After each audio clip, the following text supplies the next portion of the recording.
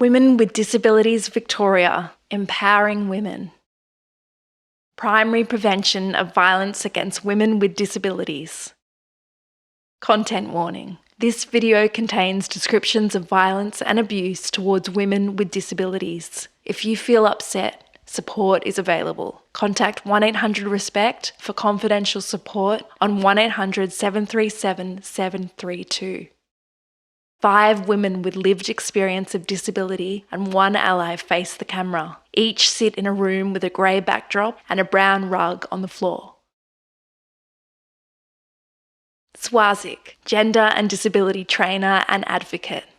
Carleen, experts by experience group member and advocate.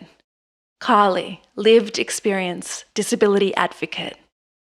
Ashley, lived experience advocate. Tess, violence prevention trainer and advocate. Olivia, violence prevention worker and disability ally. Ableist Driver 1. Negative stereotypes about people with disabilities. Women with disabilities are often infantilized. They're often treated as unproductive members of the community. They're not really expected to access higher education or even secondary level education. They're definitely not expected to get jobs, and they're also not really expected to enter into long-term relationships or start a family. For women with disability, stereotyping happens all the time.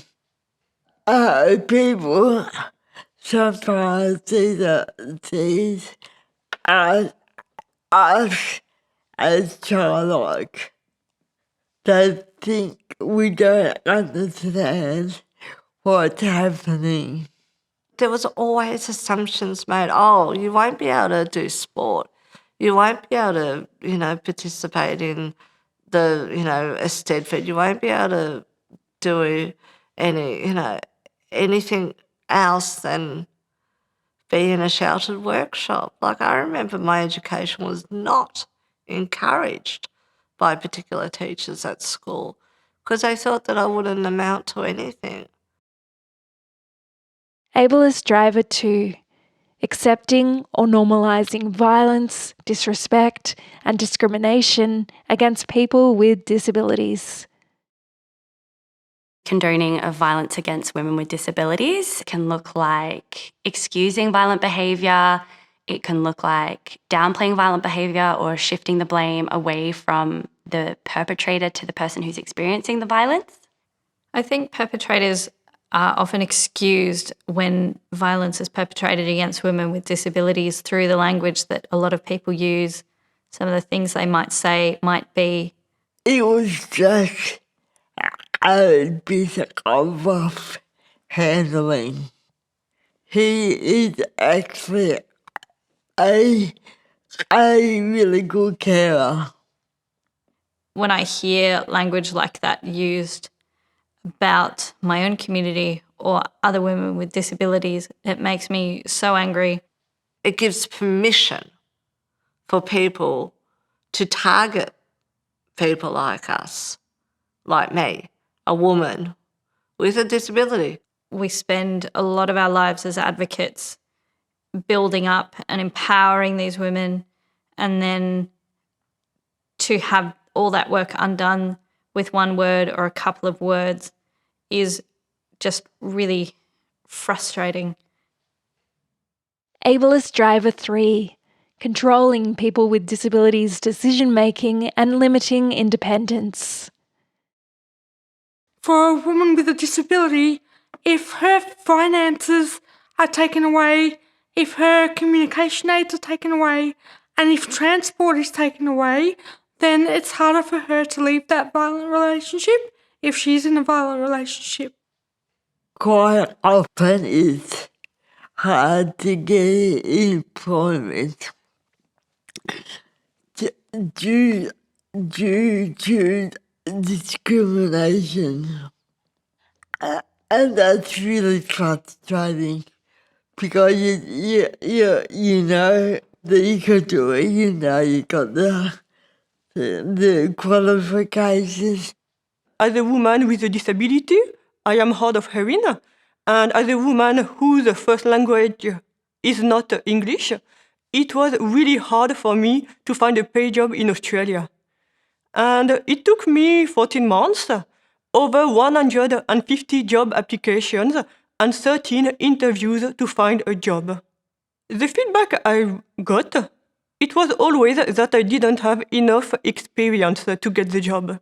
I couldn't understand that because I have a PhD and I have worked many years in NGOs.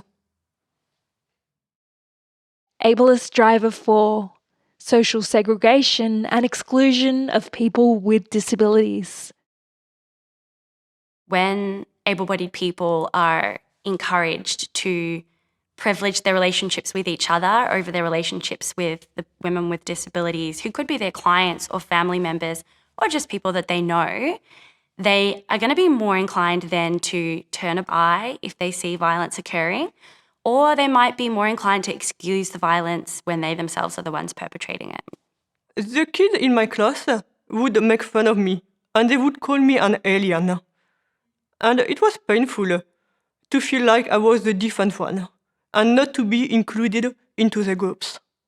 20 years later, I realized that it was a way for those kids to gather together, to bond with each other by making fun of someone who has a disability. Sure, we can say they were kids, they were silly. But I'm afraid that this kind of stereotypes might have been internalized until they are adults. And we know that once you have internalized this kind of stereotype, a lifetime is not enough to get rid of them. Well, we all know about the bro code or the locker room talk we often hear about that every woman faces. I've had groups of schoolboys yell the most obscene things to me while their friends over there, about a few feet away, are just laughing and think it's hilarious. I'm in public, I've just been humiliated. Do I fight back? Because if I do, I know what will happen. They'll get their phones out and they'll film me. It's like I'm there for their entertainment because you know where it's going to go. It's going to go on social media. The way I see it, I think that caused by peer pressure from men, or is it their insecurity of being a male, or is it their power over other people? Take action. Men in the positions of power must call out sexism.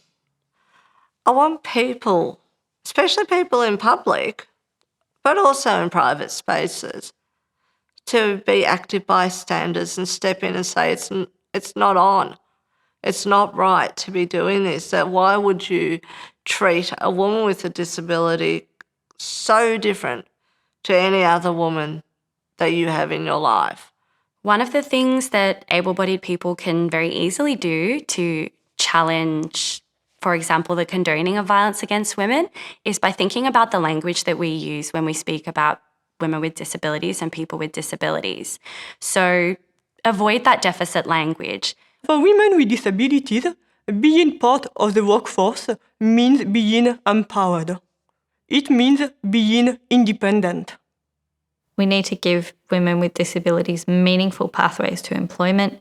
So many of us live so far below the poverty line that it's very difficult for us to make meaningful change until we're on a level playing field economically and in an employment sense.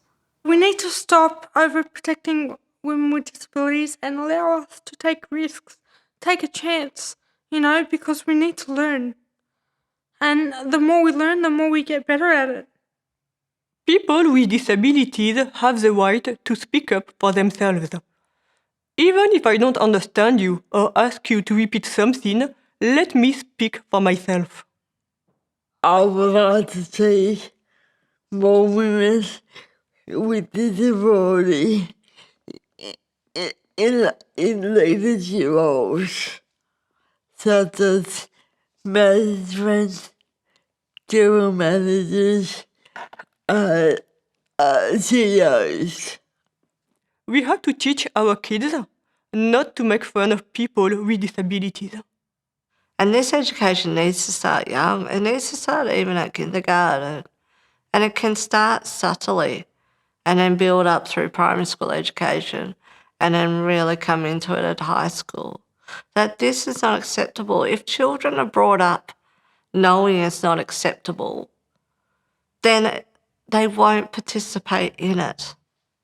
Prevention work is about society-wide, broad-scale change in the way that we as a community think and behave towards people with disabilities. So it's about changing people's attitudes, people's language, accessibility structures, all these kinds of factors that play into a woman with disabilities' experience of discrimination and ultimately drive the likelihood that she will experience violence. I want to see positive generational change. Women with Disabilities Victoria, empowering women. Thank you to the State Government of Victoria for making this video possible. For more information, please visit www.wgv.org.au.